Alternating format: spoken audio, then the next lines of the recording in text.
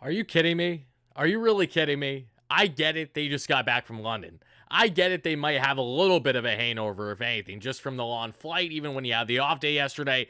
I understand that. But you know what I don't understand, and you know what I'm going to continue to gripe about, which is exactly why today's live show is going to be a cultivation of not only going down, breaking down things that happen innings 1 through 9, as we always do here, the largest and the #1 Mets postgame show here on YouTube for all you lovely, amazing Mets fans, whoever you're a fan of. But we're going to get into the highlights. We're going to get into our amazing sponsors because I have awesome promos for you guys. Literally amazing promos on a Mets jersey giveaway that we're going to discuss shortly, as well with your chance to get a free ride to the MLB All-Star break, to the game, to the home run derby, and so much more that I'm so excited to share. But this has to be a rant session. And the reason why this is going to be a rant session is because this is a Mets team that, again, every single week toys with our emotions left and right. When you win 4 of your last 5 games, you head back to Citi Field for a 6-game set. I understand the Mets are absolutely putrid at Citi Field so far this year, and until they get over that hump at home, they're not going to get anywhere. But tonight, yet again, was the latest example of a Mets team that had early confidence with their offense, had early heroics from Tyler McGill, and then when everything implodes in the 5th inning, the team just forgets how to play baseball again. I mean, there's a reason why the Mets lead all Major League Baseball with a whopping 44 errors this season, in which 2 of which came in tonight's game, one of which was costly, leading to a run. This second was also costly, leading to a run. One via Mark Vientos, the other via Mr. El Troll himself and Francisco Alvarez. And I'm not here to gripe overly about them, but I am here to gripe about an offense where between Pete Alonso, Brandon Nimmo, Francisco Lindor, and JD Martinez, JDM gets slight benefit of the doubt because he was barreling the ball hard today and everything was falling short on the warning track. However, to go 0 for 14 with your core offense today, it is inexcusable against a putrid, a bottom-feeding, a below-pond scum is what really the Mets are, but is what the Miami Marlins have been all season long. Yet Miami, of course, goes on now. They have won 3 of their first 4 games, the first 4 head-to-head matchups between the two teams, and that is why I'm red-faced, a little tomato-faced here. I understand it's June 11th. I understand a lot of people think the Mets season is already done. However, it is not already done,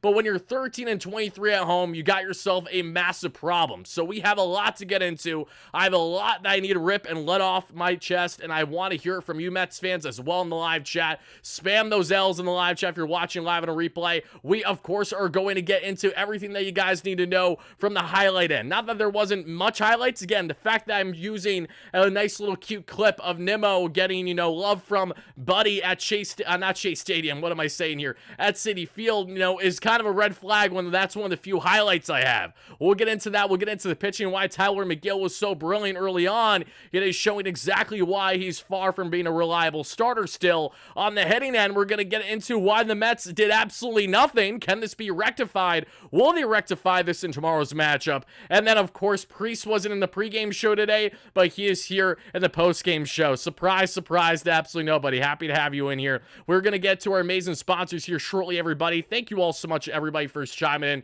Really does mean a lot. Yoshima, thank you so much for the $5 donation. It says, it's losses like these that piss me off. And I got yelled at for being too emotional about the Mets. No, here's the thing. Is it healthy to be emotionally attached to the New York Metropolitans? No. That is the worst mistake you could possibly make. Dylan Johnston, I love you in the chat too, brother. Happy to have you in here. To everyone first chiming in live on a replay, smash a like and subscribe button for your boy. I'm going to answer plenty of your comments, questions, and concerns that you got here regarding the Metropolitans. We got a lot of key updates to get into. We just have a lot to break down here, which was unfortunately a dumpster fire. You call a ball game between the Mets and the Marlins today at Citi Field as the Mets would kick off, of course, their 6-game homestand. Coming back, of course, from London, and even if they're jet lagged, all this nonsense, I'm sorry. The Mets had this game in their grasp and they managed to let it walk away so many times this season. You want to know a stat that really grinded my gears today, folks? It's the Miami Marlins being 15-1. 15-1 when leading after the 8th inning. You know how much I would die for the Mets to have that record after the 8th inning? If that's the case, the Mets are around a 500 ball club right now because of all their bullpen implosions that we saw over the past month and a half here. Really, since Edwin Diaz really started to have his struggles, the inconsistencies, the lack of depth with the rotation, it has been spiraling downward to say the least. Priest, I do not believe we're going to be taking callers tonight, my man. I apologize. I'm a little short on time tonight, but rest assured, next time we do a call-in show, I'm going to have you in here.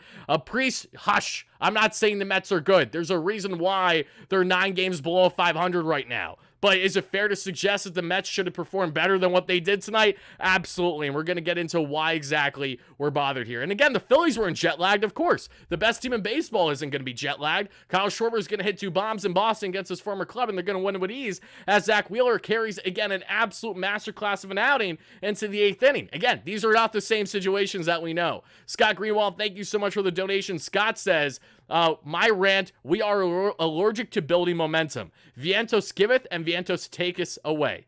We see that's who he will always be. Liability at third base, no excuses about jet lag. Philly had no issues, pathetic. I, of course, was not happy to see the Vientos play transpire.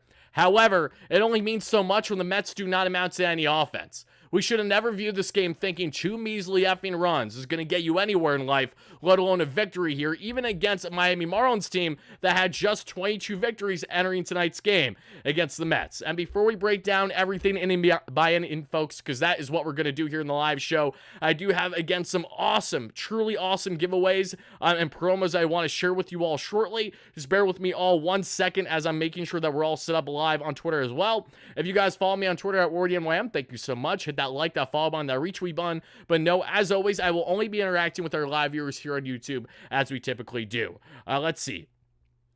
Give me 1 second, everybody.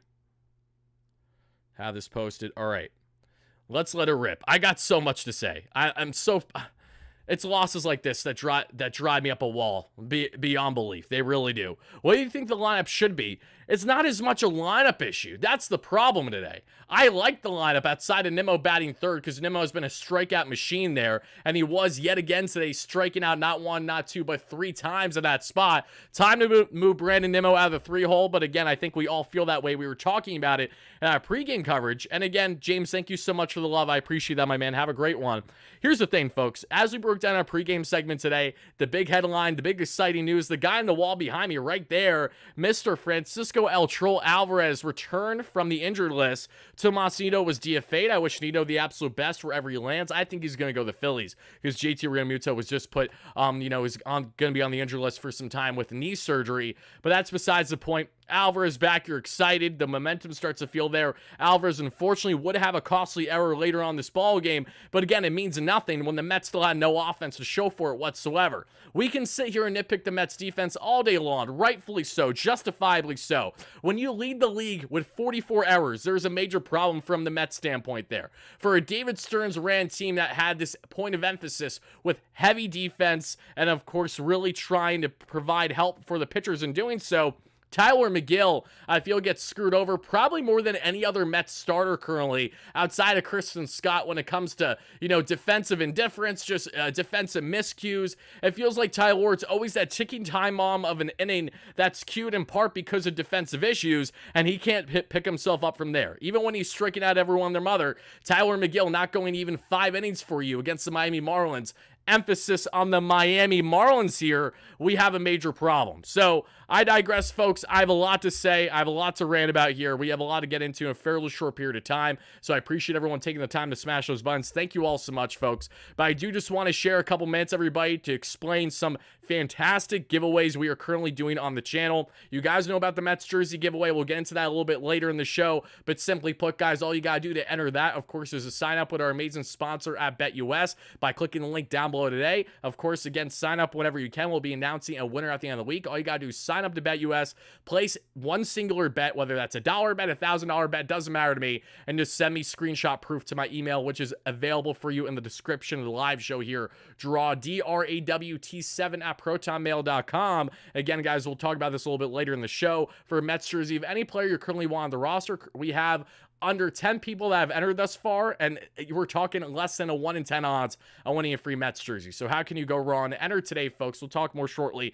but I have a heavy emphasis here that I got to share with you all with our amazing sponsor and our great friends on the channel. And I need you guys to listen up to this because this is a promo so good that, again, unless you have zero interest in taking part in this, that's completely fine. I need you guys to listen up because this is a big deal. This is a massive one. Thanks to our amazing friends here at Sower MLB, folks, we are doing a promotion like never before. When I tell you that this giveaway is insane, it doesn't do enough justice, folks. We are giving away to 5 lucky winners for doing the simple steps I'm about to break down with the best MLB fantasy game out there at Sower MLB, the following. We're giving away 1 ticket to the MLB Home Run Derby, 1 ticket to the MLB All-Star Game. We're giving away 1 ticket to MLB Futures Game, 1 ticket to view the Home Run Derby or All-Star Game batting practice on field. We're also giving away 4 tickets to MLB Play Ball Park, 1 for each day, and a $1,000 travel credit. Again, this is going to 5 lucky winners, folks.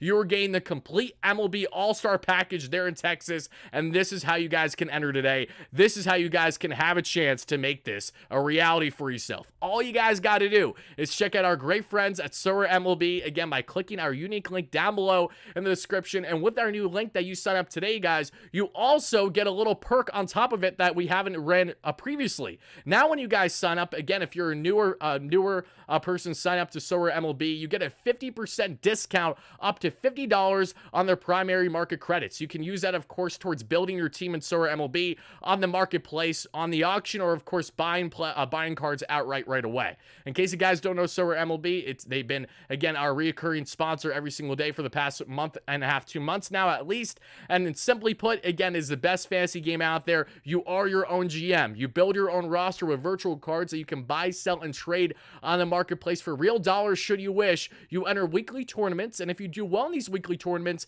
you win cash prizes, hundreds if not thousands of dollars. Or what we're going to do right now is to show you our little MLB All-Star Collection event, which gives you guys the opportunity to have a chance to, in fact, have that free trip, that free ride, and all the awesome access to the MLB All-Star break. And how you guys do exactly that is as follows, everybody. All you got to do is participate in the All-Star Collection event by building collections of your favorite MLB teams and players. And it's so simple to enter, everybody. Let's see here. I'll do it later, okay? All you guys need to do is to have a collection score of a 150 for at least one team. So if you guys know MLB The Show, you know how you guys do collections where you just build your collections by having multiple guys from the same team all in your organization, all in your game. That's what they're doing here with Sower MLB. So, for example, I already have 3 in which I can automatically enter here. I have the Mets. I have a plenty Mets array with a collection score of 200. I have the Orioles with 160. I have the Miami Marlins, funny enough, especially with today's game, at 180. And I'm very close with the Seattle Mariners and the White Sox. You can enter multiple times. I already have a total of 4 entries plus 1 free entry, everybody. And all you have to do to enter for your chance to potentially be selected for this free ride to the MLB All-Star Game and everything it has to offer is by simply building your collection. So all you guys got to do is go on the marketplace here at Sower MLB, purchase some cards. And when I tell you guys, you can literally do this for as easy as just $10 for cards that you can buy. It is not expensive to get involved here, to buy cards, build your collection, and then to make sure you have a score of at least 150. That is all you have to do, ladies and gentlemen, for your chance to be entered. Again, that is why I got to really juice this one up, because this is such an insane giveaway. I have to let you guys know about it right away. So please make sure to do the simple steps. Good luck to everybody that enters, and we'll be promoting this plenty throughout the week as we inch closer and closer to the MLB All-Star break. Just fantastic stuff. Cannot say enough great things about Sorare, what they're promoting here. So make sure you guys are on the lookout. Again, it's free to enter. Every new sign up gets 1 entry, so start collecting today, folks. That's simple. And again, you not only get the awesome perks that I just discussed with, of course, getting the MLB Home Run Derby tickets, the ticket to MLB All-Star Game. You also get, again, $1,000 in a travel voucher, everything you could possibly want for free with our great friends at Sower MLB. Thank you guys so much for listening. Now let's hop back into this one. All right, everybody. All right, guys. Again, if you don't want it, that's fine. No one is that you want to bet weight. I promise you people will be entering. You guys are ridiculous. What is with the... I get it. I shouldn't even say. I understand why there's a lot of pessimism in the chat right now. We're not happy. We're pissed off, and I'm about to rant. I get that. I'm sorry. I'm still trying to pay it forward, though, for you guys. So shame on me for trying to do a good thing here. Same way that we're about to break down the game inning by inning. So let's do exactly that, folks. 0 Mets on the All-Star Game. As of right now, Luis Severino is going to be there. I assure you that one. I'll be very surprised if he's not there. Let's see. Apartment dumpsters overflowing with Mets gear. On sale, I know. I've seen you dumpster dive one too many times, my friend. So it makes sense that you found those those things. No less, let's kick things off by getting into the latest updates. They are as follows. Tomasino again DFA'd. Remember Bryce Montez Dioca, everybody? The flamethrower in the Mets bullpen that's been out for the past year with surgery. Well, he made his first little rehab stint today in Port St. Lucie with the Mets. He didn't do well. He only got one out, gave up 3 runs. That isn't the point. Just awesome to see him back on the mound as he's slowly but surely working his way back to either be with the Syracuse Mets or the Mets to actually utilize him as a relief option. Montez Dioca was already hitting 98 plus on the gun in his first bullpen throwing that we saw, at least heard of, since coming back from injury. So while the Mets need plenty of help in their bullpen and need, again, interchangeable options that can't just be, parted with right away because say they don't have any more minor league options, bring in Montez Dioca. He is a name to consider down the line here. We'll see how he does ramping up over the coming weeks here, but an electric arm that the Mets finally have starting to ramp up again. Again, a guy that I was very excited at the prospect of being a stronghold in this Mets bullpen a year plus ago has unfortunately been out with injuries since then. So hoping to see him back at some point, sooner rather than later. All right, now we talked about that. Now let's get into Brett Baty. Of course, Brett Baty, more like Brett Bonds, Barry Baty, however you want to call him. Brett had himself yet another massive day. His first game back in AAA after the London trip being the 27th man. He went 3 for 5 with the 2-run shot, of course, and 3 RBIs. So Brett Baty, who is looking like that true quad A player right now, torching the AAA level every single time he's down there, doing his best Barry Bonds impression at the MLB level, still struggles mightily to fine-tune his game and have consistency against MLB caliber pitching. We have yet to see that from Baty. But that's the latest updates there. Now to break down the ball game, it is as follows, everybody. Us scoring 2 damn runs and our top 3 going 0 for 14 cost us this game. Correctamundo. That is right. Yes, when you don't get any production from your big boppers in your lap, you cannot expect to succeed whatsoever. Brett Baty MVP season incoming. I hope you're right, Corn Pop. I certainly do. As we break down this one, though, folks, it starts off in the first. Again, it's Tyler McGill on the bump against Mr. Jesus Luzardo today, and the following happens here, folks. Listen up. De La Cruz with a hit by pitch in the first. That's all she wrote. We get to the second. We see Mr. Jesus Sanchez with a double. Lopez with a ground out. Sanchez gets to third base. And Tim Anderson, who doesn't even have a 500 OPS this season, rips an RBI single. I shouldn't say rip. He just poked one to left, and that makes it a 1-0 ball game in favor of Miami. The Mets would respond right after, though, that same inning. At the bottom of the second, JD Martinez gets on base via a hit by pitch, the only time he gets on base today outside of a walk. Marte with an opposite field single. Marte, again, has been hitting plenty lately, but the defense has been suspect, to say the least. Vientos, then, with 2 on, less than 2 out, rips a 2-run double down the third baseline, gives the Mets a 2-1 lead. And Mark Vientos, who of course would be Jekyll and Hyde in his production today, offense great, defense was a problem. We're going to see that at times with him. No less, he was fantastic yet again in that at-bat. And once again, Mark Vientos is being nothing short of a beyond productive bat for the Mets in this lineup, especially where other guys say aren't producing nearly as consistently.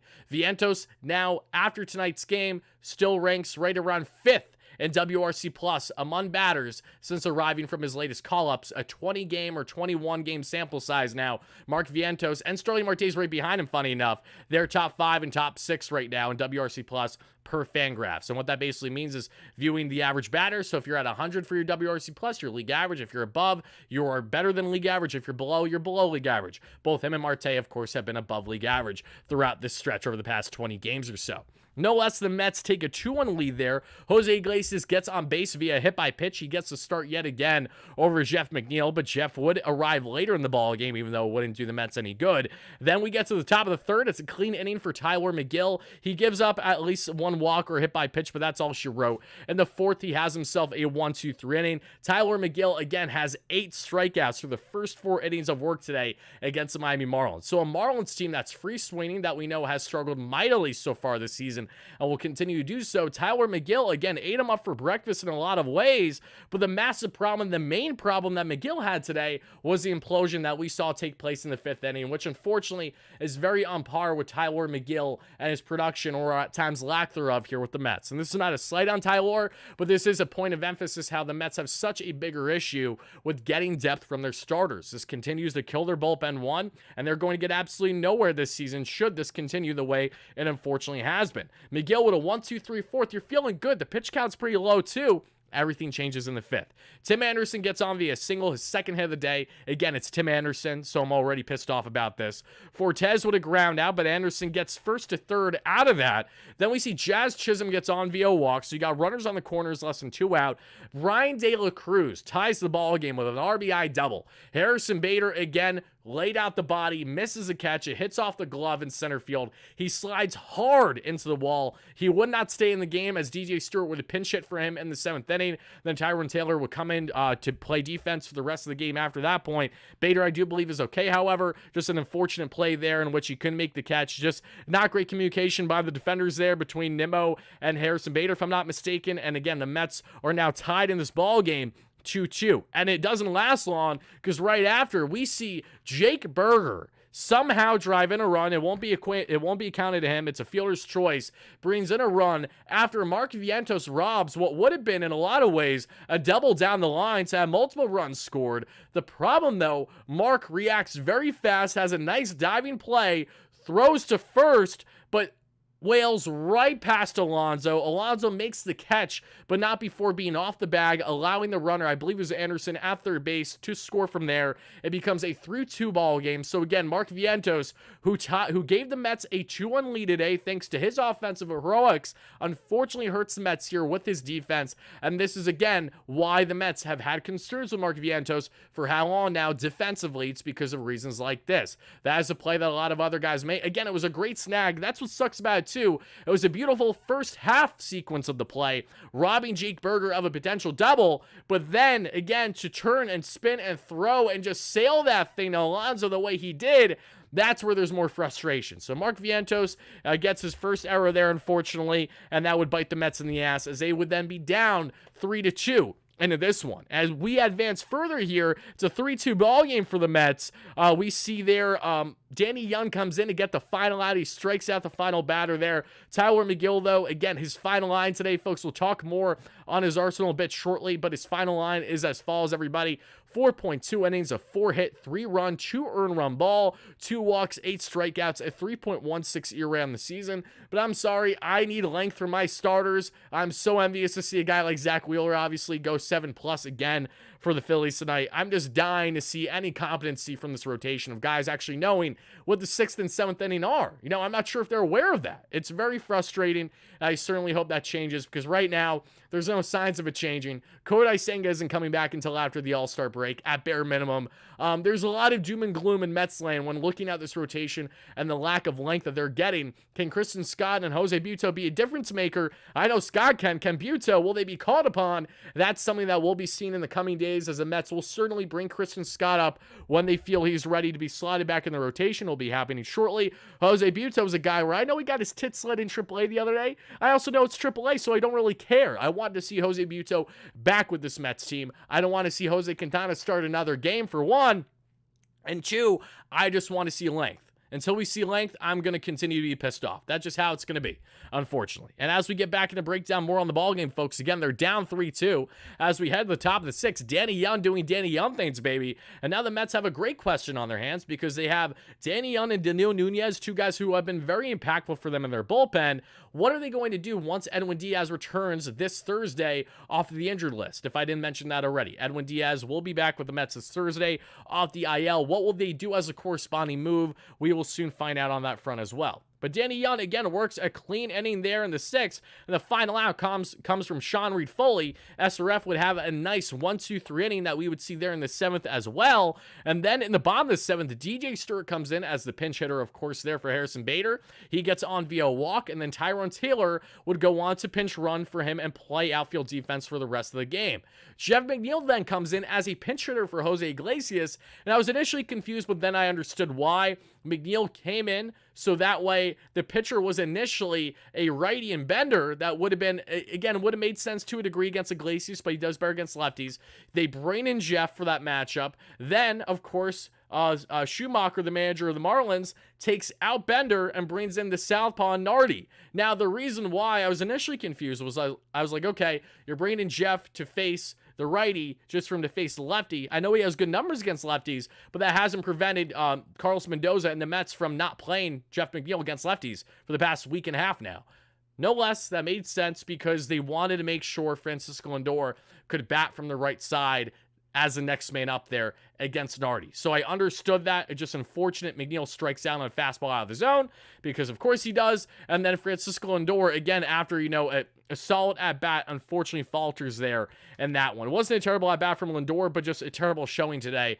No matter how they got their outs, no matter how unlucky or lucky that they were, when you have Lindor, when you have Alonso, when you have JD Martinez, when you have Brandon Nimmo all going 0 for a combined 0 for 14 or so, it's inexcusable. There is nothing, and I mean nothing, to justify.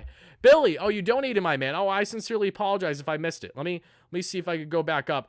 Billy, I unfortunately think I did miss your donation, my man. Don't worry. Don't bother sending me a dono again. I appreciate it. Just do me a favor in the live chat and let me know what comment did you have for me. I would love to hear it so that way I can properly answer you.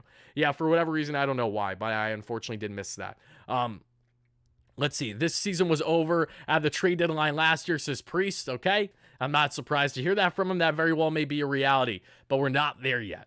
Speaking of the Mets, though, hopping back into this one, again, we're down 3-2 here. A 7th inning battle where the Mets couldn't get anything going, unfortunately, and that'll do her after the Lindor flyout ends the inning. In the top of the 8th, we see Drew Smith work a clean inning without a problem, including a pair of strikeouts. Drew Flo has been looking sharp since coming off the injured list for the most part. Adam Ottavino doing Adam Ottavino things, allowing the first batter that he faces to score, the most Adam Ottavino outing that you could ask for, and that is exactly why I've continued to had it. I've had enough of Adam Ottavino. I've loved Adam in 2022. 2023 was Jekyll and Hyde. Couldn't use him on back-to-back days. 1 and 2, certainly couldn't use him in high-leverage matchups more often than not. Adam, who signed with the Mets on pretty much a restructured deal after the Mets initially said no to bringing him back this past offseason. They bring Ottavino back, and he has been absolutely putrid every time out there for a good stretch of games now, it feels. A 5.55-year ray for Ottavino because he gives up a single to Otto Lopez to kick off the inning in the top of the 9th. Lopez gets first to third because Otto has, funny enough, Otto Lopez against Adam Ottavino. Love the wordplay there. But Adam, of course, has the slowest windup and time, throwing a home or throwing anywhere first, which is exactly why batters run on him as often as they do. The runner goes first to third because it's the one and only time you're probably going to see Francisco Alvarez have a bad throw at second base. I mean, this throw was, again, a rusty Francisco Alvarez throw. Just didn't have it, unfortunately. But I would even argue that if he had the throw on the money, the runner still probably is safe at second base, possibly, because they just know how to run on Ottavino so well. No less, Alvarez has a bad throw to second. It sails past Lindor. It gets him first to third. That run would ultimately score on an RBI sac fly by Nick Gordon. It's a 4-2 Marlins lead. In the bottom of the 9th, the Mets go down in order. Starling Marte, after a 2-0 count, strikes out. Very frustrating. Vientos strikes out. And one more batter from there strikes out after Vientos. Who was it? It was Tyrone Taylor in that at-bat, and that does it for the ball game, folks. The Mets go on to lose by a final score of 4-2. And now I want to know, on a scale of 1 to 10, what is everybody's frustration level after tonight's loss, if anything? Please let me know. Because for me, I just want to see a semblance of consistency with this Mets team. I get it, you just got back from London. But there's nothing to justify losing to the Miami Marlins. There's nothing. I don't care that they've been a thorn in the Mets' side. The Mets, I don't give a shit if you got to go on Citi Field early tomorrow and put some sage out on that field to get some type of good luck going, some good omens going after all the bad luck and all the shit show that is hitting at Citi Field, which is why the Mets are 13-23 there this season. I do not give a rat's ass what you need to do. Just make sure you do something to get out of this obnoxious rut. Imagine being this piss poor at home, where the Mets, again, if they were on the road all season long, they would be an above 500 team right now. It's disgusting how bad they are at this ballpark, and even with it being a pitcher's park, you also have a problem too. This is a pull hitter's park for a Mets team that struggles to pull the ball consistently. Pete Alonso, wow, he leads all Major League Baseball with home runs after the 7th inning or so, right? 7th or 8th inning. Whoop-de-effing do. Yeah, it's almost like he hits those bombs more often than not after doing nothing against the starting pitcher, and then when a schmuck of a reliever comes in, he has damage done. I digress. Professional certified hater, thank you for the donation. He says, meaningless, but Marte slashing some good numbers. He is, but it's Jekyll and Hyde. It is Jekyll and Hyde because Marte is hitting very well right now. But the defense has costed him and the Mets multiple times. Thankfully, it didn't today, but it has plenty that we have already seen this season. Let's see. On the field, bench Nimmo. Priest, here's the thing. I want them to do something. If they want to bench Nimmo for a game, that's fine by me. I say regarding Nimmo as well, get his ass out of the 3-hole. What are we doing here? I'm over it. Put him to second. Put him lower in the order. Just get him out of the 3-hole. I think, honestly, if you move Alonso down to 3, Nimmo up to 2, that might be what it takes. Because if you're wondering, why should we keep Nimmo in the top of the order? Because Nimmo's always been a top of the order batter. I have confidence in Nimmo getting back to where he needs to be, but I also don't have confidence in allowing this to marinate at the risk of the Mets' free-falling season free fall more than it already has.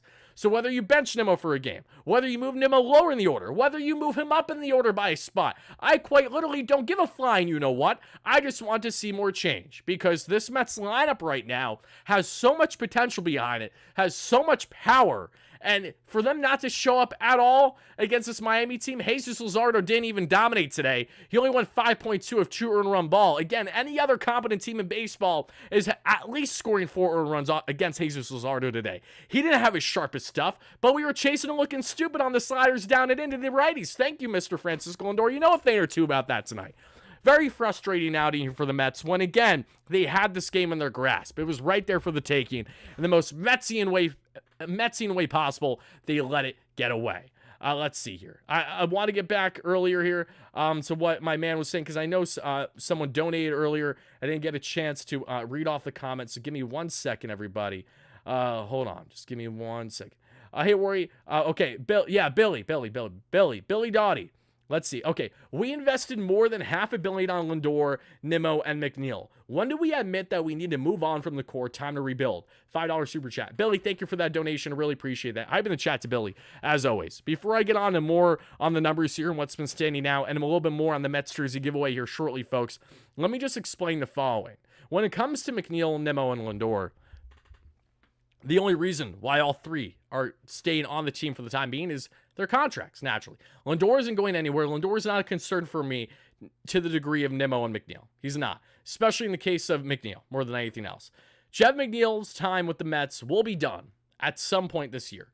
Whether it is in the offseason or by the trade deadline, I'm a firm believer that this is the last season that we will see Jeff McNeil in a Mets uniform for more reasons than one. So I think we're already ahead of the game in the sense of saying, should we break up the core? It's not should we, it's when will we? That is the real question we should be asking. And those all these things will be happening sooner than you think, because I'm telling you guys, the Mets do not have a good homestand here, which they may very well not because of the fact that they have this dark cloud over them every time they're at Citi Field. The Mets will be a full-blown seller. They will trade away the vast majority of rental assets that they have, along with assets of dead weight that they don't want to deal with anymore, i.e. Jeff McNeil, for example. Appreciate the donation. Thank you so much for that, my friend. Means a lot. Let's see here. Torrens makes the play of the year and then rides the pine. Oh, okay. Look, Alvarez coming, that was understandable, though. I mean, Alvarez, you're going to start him right away. Torrens had a fantastic play, do not get me wrong, but even if Alvarez plays like shit this week, you got to have Alvarez in there. You got to have him in there because he's a game changer when he's right. He's so impactful, this Mets team, both offensively and defensively, especially defensively, too. Keep talking about moving on, and I ask, who would take on any of these players in the cost? Plenty. Let's go down the list right now. Very easy. Okay, so let's talk quickly about the rentals. Let's talk about the guys that, again, may very well not be here next year. Luis Severino is a guy that you either extend a new contract to or you trade him away for good value by the deadline. A lot of people would love Luis Severino by the deadline, the way he's been pitching. Sean Manaea, again, still a desirable arm. People like that innings eater, even if he's more of a swing man for them. You look at Jose Quintana, that's a bag of baseballs, but that's fine. You take something versus nothing. Then you get on to potentially, Adrian Hauser, Tyler McGill, those groups of players too, if you want to part with any of them. On the offensive end, Harrison Bader, obviously, he sticks out like a sore thumb. Tyrone Taylor as well, to a degree. TJ Stewart, you're not going to get much for these guys. Harrison Bader is going to lead that little group of any type of semblance of a return. Jeff McNeil, you're going to have to eat the majority of his salary, and that should help you with a potential turnout and a trade. What is the point I'm trying to get at? The vast majority of players that the Mets will trade by the deadline, should they be full-blown sellers and not much of a buyer, they're not going to get crazy returns for. But it isn't about that. It's about getting something versus nothing for guys that you know you're not playing to bring back next year, regardless. And you want to give a leash to some of our younger talent, which unfortunately has labored a lot with injuries that we have seen so far this season. I was talking on a pregame earlier, but the Mets have just had a plethora of their young, exciting talent, unfortunately, on the injured list on a good portion of the minor leagues this season, including Jet Williams, who, of course, had surgery just a couple days ago, which really sucks, but unfortunately it happens. Now let's get on to talking about the pitching, because Tyler McGill was up and down today. We know that. And to break down a little bit more on Tyler McGill, let's hear from our great friend on the channel, Isaac Rothman. For those that don't know Isaac Rothman, Isaac is my go-to guy for pitching analysis. After each game, he's fantastic. Gives you a little bit more information than maybe what you know with the eye test. And he was actually at the game today. So he's not just relaying numbers, but he's also telling me what he saw quite literally in person today at Citi Field. McGill's arsenal today was as follows: 41% of the four-seamer, 36% of the cutter, 14% slider, 7% American spork, 6% curveball, and 6% changeup. The fastball velo was back to normal versus the last start, which was definitely good. He averaged roughly 96 miles per hour and topped out on 98. That was good to see from Tyler McGill. And again, this is history with Tyler McGill every single season out there. When he has velo working, good things happen. I'm not saying he's got to touch 99, 100, but when you're sitting in the upper echelon of 95 plus consistently, McGill's easily had more success than when he's been soft tossing anywhere 92 to 94. He has his cutter that he was using a lot more tonight, and he had a 47% whiff rate on it.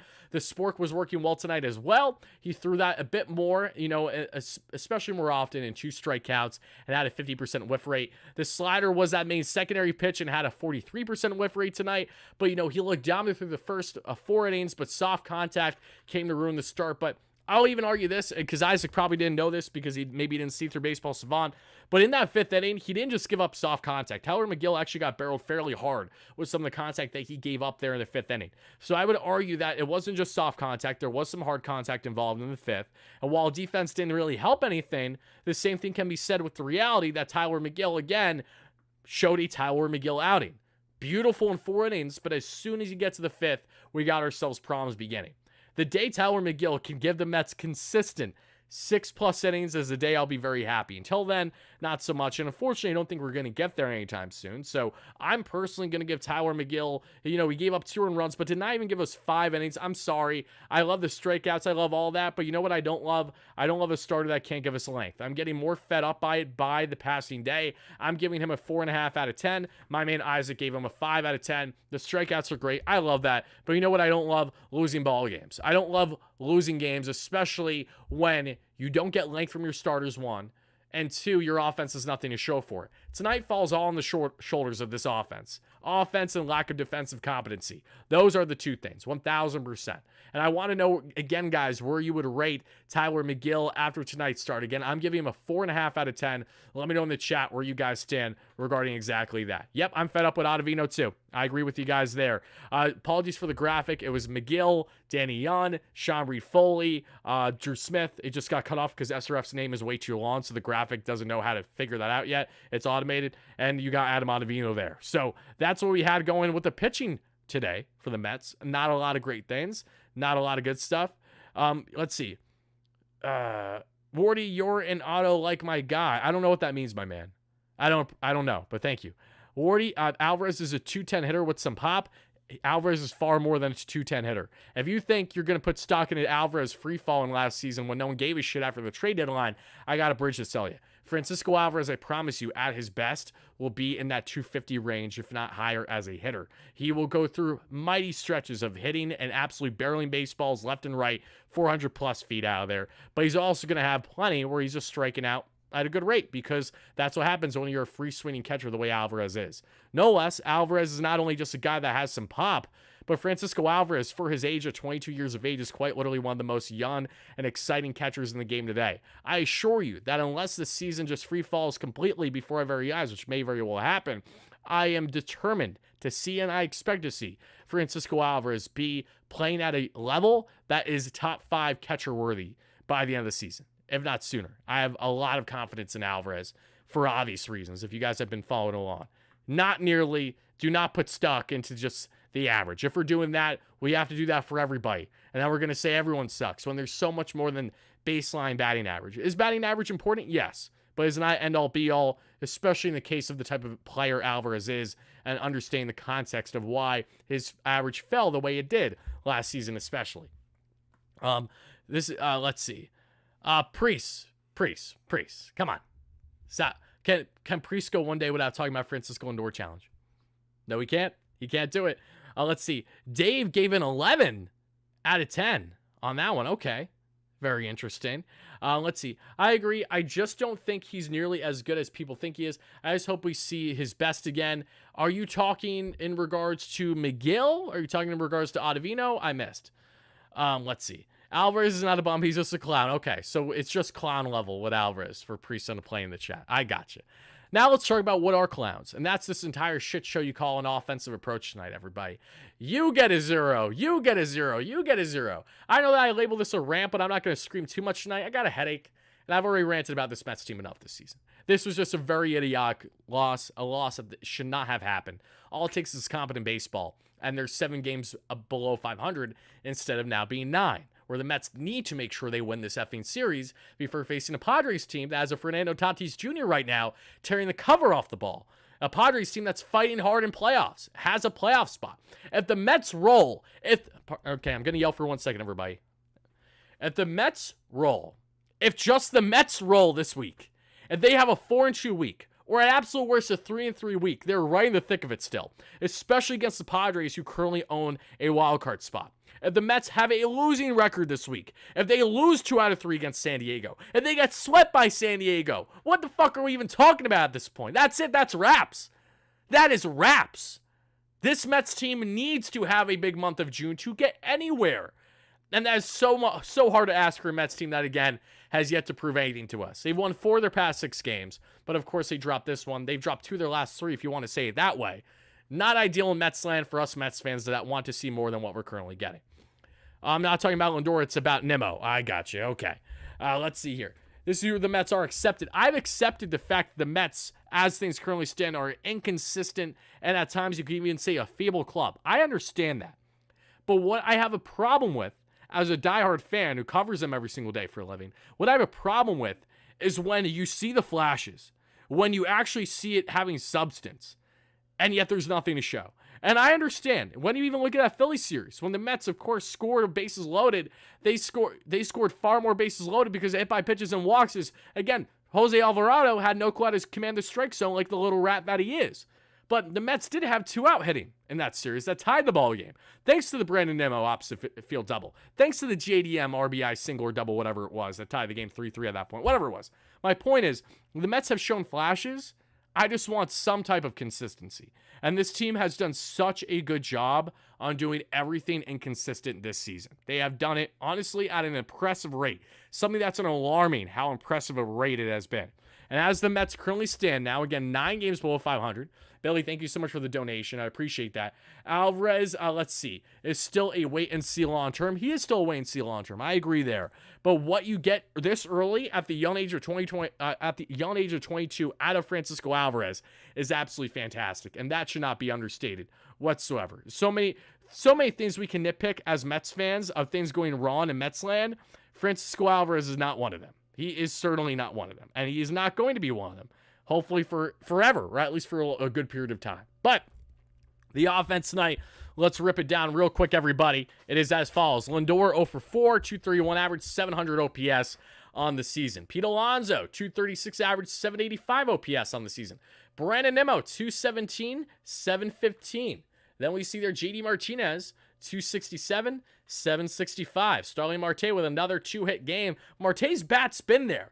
Actually, Marte is one of the best line drive hitters in all Major League Baseball right now. You know, hasn't been great on going gap to gap, but he's been more of a singles hitter, that we know. But Marte has been fantastic on putting the ball in play. But holy shit, Starling, can we just get a competent defense? because he's quite literally the worst right fielder in Major League Baseball right now. I'm not just saying that. The numbers back it. Look up his OAA. It is the worst in Major League Baseball. The guy cannot field right field to save his life. You might as well have a blindfold on, because it won't make much of a difference. 284 average, 754 OPS on the season. Mark Vientos with the key 2-run double and the error, 320 average, 968 OPS. Love you, Marky V. Let's just calm down a little bit next time. Jake Berger was running down first base. It wasn't Jazz Chisholm. He had another second to at least ground yourself and to get your footing down and make that throw. You live and you learn. Great first play, bad second play. We move on. Harrison Bader, 0 for 2, 263, 678. DJ Stewart, of course, just had the walk, 183, 681. Tyrone Taylor, 228, 597. Francisco Alvarez, 224, 619. Jose Iglesias, 1 for 1 because he's a dog, 235, over 1,000 OPS. And Jeff McKitt's more like Jeff McNope, 231, 620 tonight here as a total when we look at the lineup and look at these Mets and lack of hitting. I don't like the point of X amount of games out of a wildcard spot because A, the NL sucks right now. It won't suck. Here's the thing. The NL sucked a lot last year. So I disagree with that already, Zach, if I'm being quite frank. Since the expanded playoff format, it has been much easier and much more hectic for NL teams to crack that wildcard spot. Do I have confidence in the Mets cracking that wildcard spot right now? No, nada, none. Do I think they can, though? Do I think they have potential to? Yes. Do I think it's in their favor? No. The Mets obviously have less of a 50% chance of making that wild card right now. But the point is, in a 162, all it takes is just a good week or two to have a run when other teams are floundering. You know, that's another frustrating thing. The Mets have taken zero advantage of favorable schedule at this point. They've taken zero advantage of anything. And the few times that they have been so few and far in between that it hasn't mattered in the end because you're still getting the same exact result. Let's see. I think about it. Iglesias, Torrens, and Vientos are carrying. Yep. That's how sick this Mets team is right now. Luis Torrens, who the Mets are paying $100,000 to. Mark Vientos, who's on his rookie contract. And Jose Iglesias, who's on a minor league deal, are providing more for the Mets right now than the over what? I'm trying to do the math briefly in my head right now. Alonso through Arb is making how much this season? What, like close to 20, if not 20, probably in that range. If I had to guess, 18, 20 plus, whatever. It could be wrong there. Lindor's making his money, obviously. But we're looking at, a cultivation of guys that'll reach you, north of 100,000, not 100, but 100 million total dollars here. And you're getting nothing from. And you're getting production from guys that, again, you didn't expect to have production from any of them heading into the season. Luis Torrens was never a thought for the Mets in spring training. When you look at other guys, whether that be Mark Vientos, he started the year, of course, in AAA. When you get guys like Jose Iglesias, started the year in AAA. He's your utility guy. Why are those guys our three standouts? Because they don't play with the pressure, with the insecurities that I feel that we are seeing with a lot of other guys in this lineup right now. Very annoying, very frustrating. Final thing that I have to share with you all before we wrap up the show, folks. I said it earlier. I will say it again.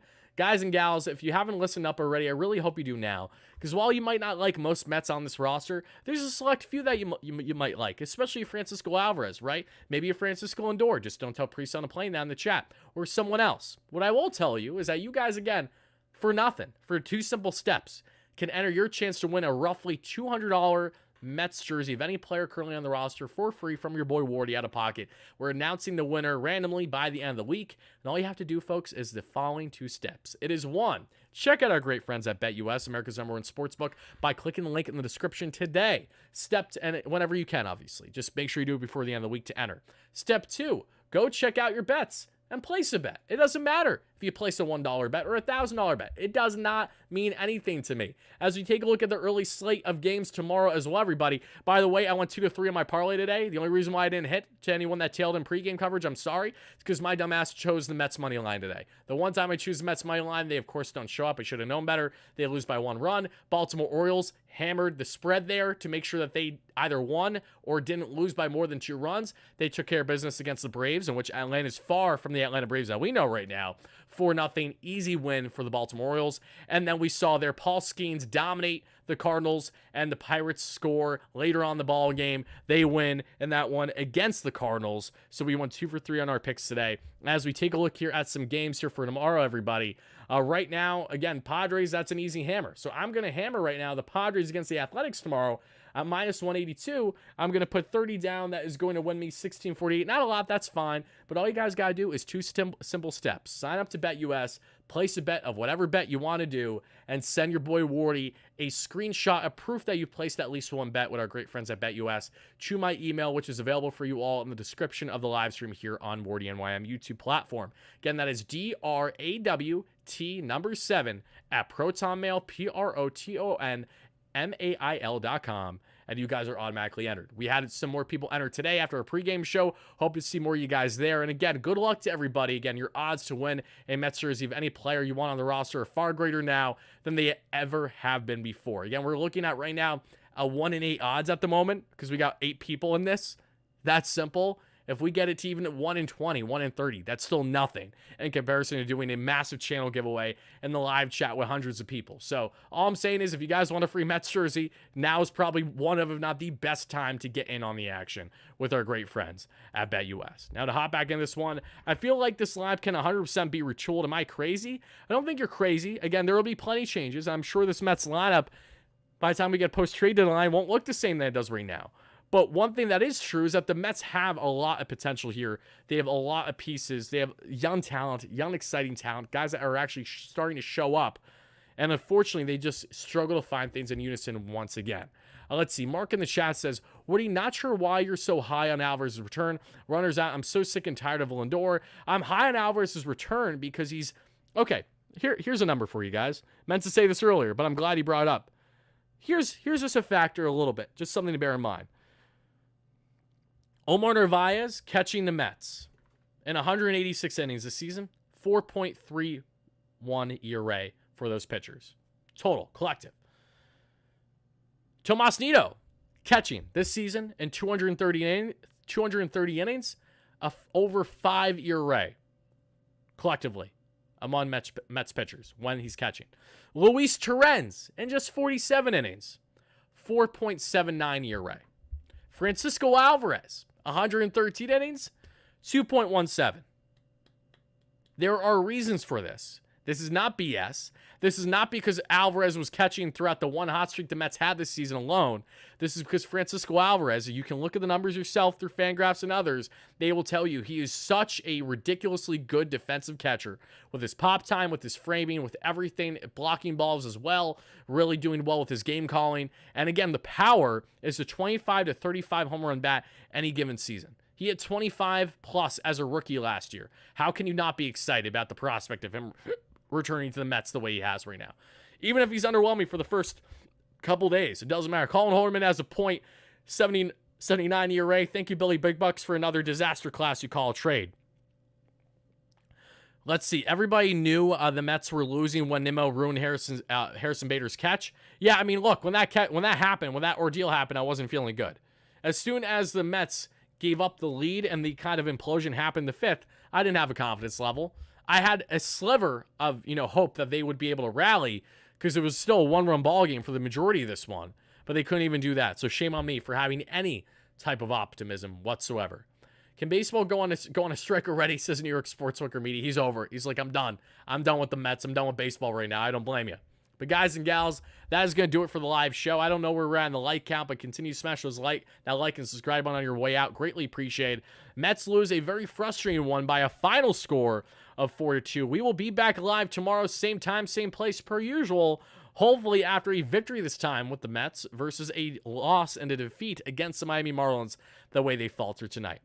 Guess what team killed my parlay? Them bums. Yes, it starts with an M and ends in Ets, I'm sure.